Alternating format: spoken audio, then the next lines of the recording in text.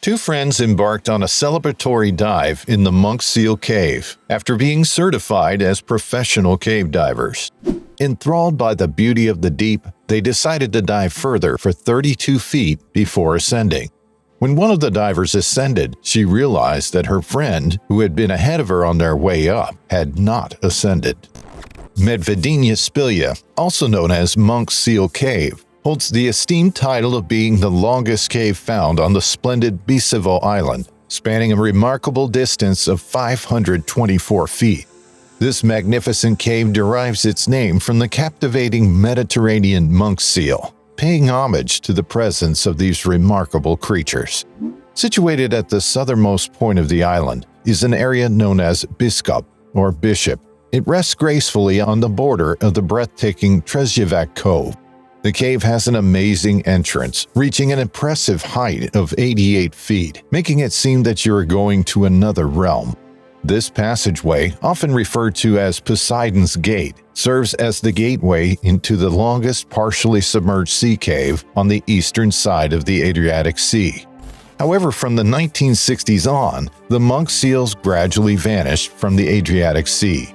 Only in recent years have these enchanting creatures made a remarkable return to the Adriatic waters once again.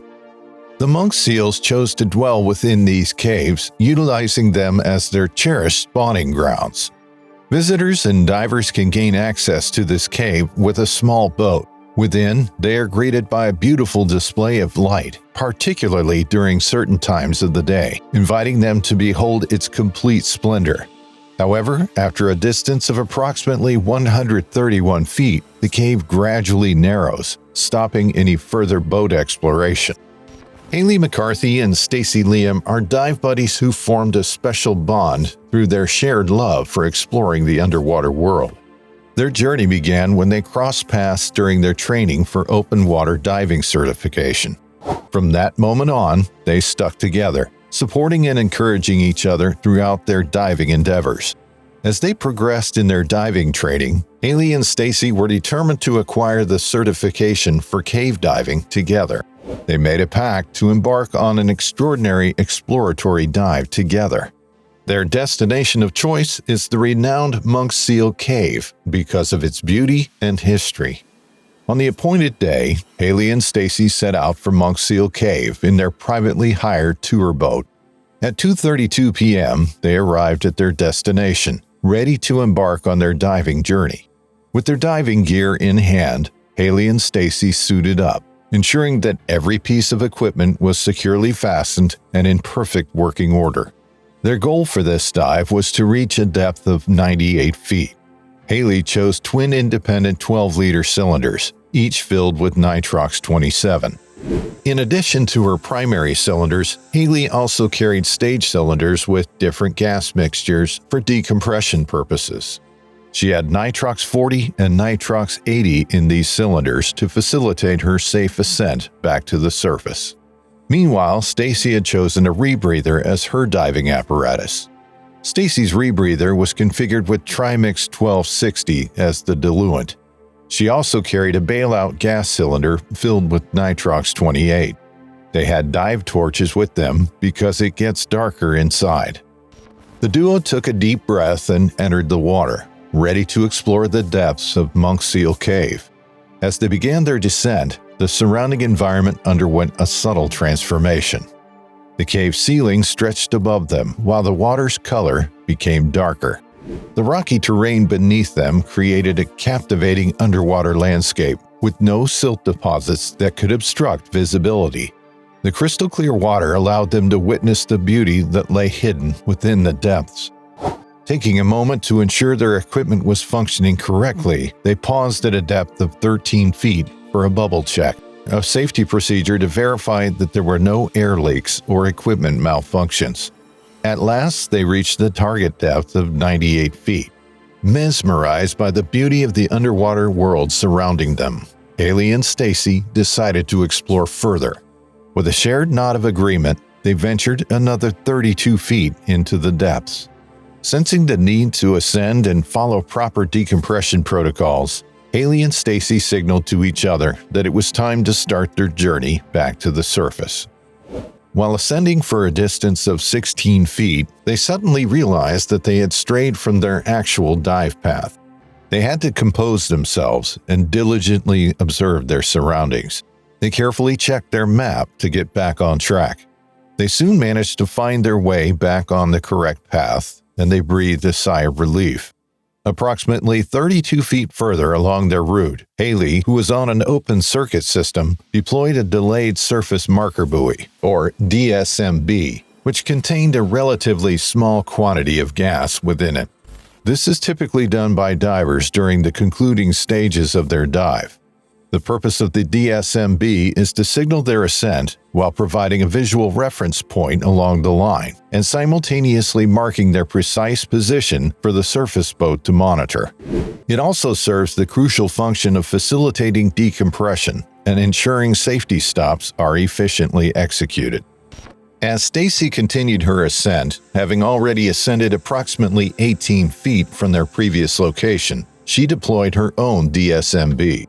Upon successfully deploying the DSMB, Stacy noticed that Haley had managed to position herself approximately 6 feet above her.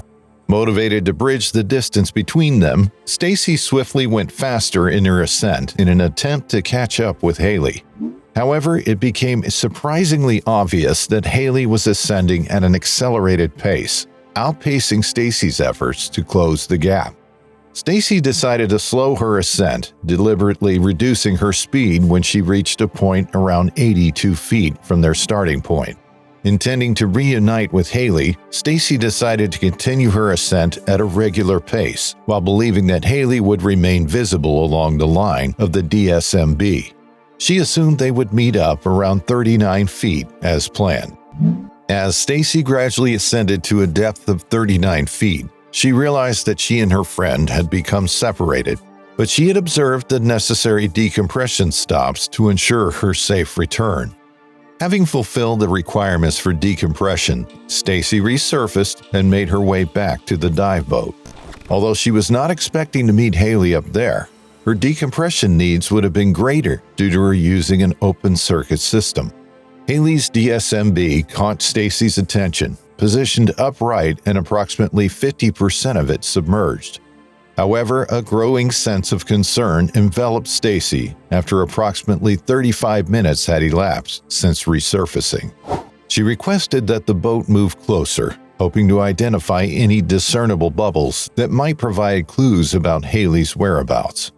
Unfortunately, despite the boat's closer proximity, no bubbles could be detected. This made Stacy worry about Haley's well-being and location.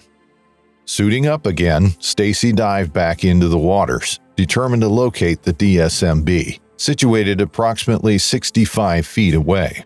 As Stacy swam closer to the DSMB, her eyes detected the presence of the reel, but Haley was nowhere to be seen, leaving Stacy with no choice but to ascend and inform the boat crew about the absence of her friend. Upon retrieving the reel, an investigation revealed that approximately 22 feet of the line had been unspooled, adding another confusion to the unfolding mystery. Acting swiftly, the dive boat skipper immediately initiated a distress signal, urgently issuing a mayday call, while enlisting the assistance of other people to initiate a thorough surface search. A collective effort ensued as a total of 6 boats, including one RNLI lifeboat, rallied together. They searched the expansive surface in a desperate bid to locate any trace or glimpse of Haley's presence. Despite the relentless search, the anticipated sight of Haley ascending from the depths did not happen. This prompted the deployment of 2 expert divers, who dived in for a search and rescue. After searching as they dived on, Haley's lifeless body was located at a depth of 72 feet, floating around, a sad confirmation of the fate that had befallen her. Her body was carefully retrieved from the depths and transported to the surface, where the waiting lifeboats stood as they witnessed the tragic turn of events.